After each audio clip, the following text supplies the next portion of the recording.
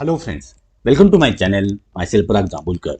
In last video, we have seen how to run C and C++ program in Eclipse IDE from command prompt, and also we have seen how to run them in Visual Studio Code. If all these softwares are not installed on our system, still we can run our C and C++ program. And these programs we can run on our browser. For that purpose, we require internet connection. See how we can. So see in google.com, we can type online C++ compiler. So see, here you can find many online compilers are available. See, we'll see 2-3 example. So see, I'm opening this website. This website name is onlinegdb.com. So see, so by default they have given some code. We can change it. We can write our own code. Okay, suppose instead of this hello world, I am making hello Pune. Okay, now to run our code, see, we have to click on run.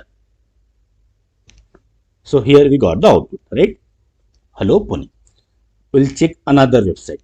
So this website name is programis.com. See, we'll open it. So by default they have given code. We can change it. Suppose here I want to make hello PICD. Hello PICD. Okay, we'll run it. Here we got this output, right? We can change this code as per our requirement. We can write this code. Then third option. See, interviewbit.com.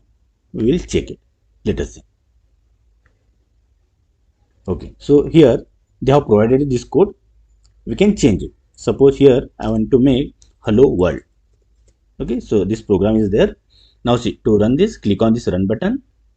Here we got this output, hello world. So in this way we can run our C and C++ program by using online compiler. So friends, I hope you like this video. If yes, then click on like, subscribe to the channel, and don't forget to press bell icon so that you will get notification of my next video. So stay connected. Thank you.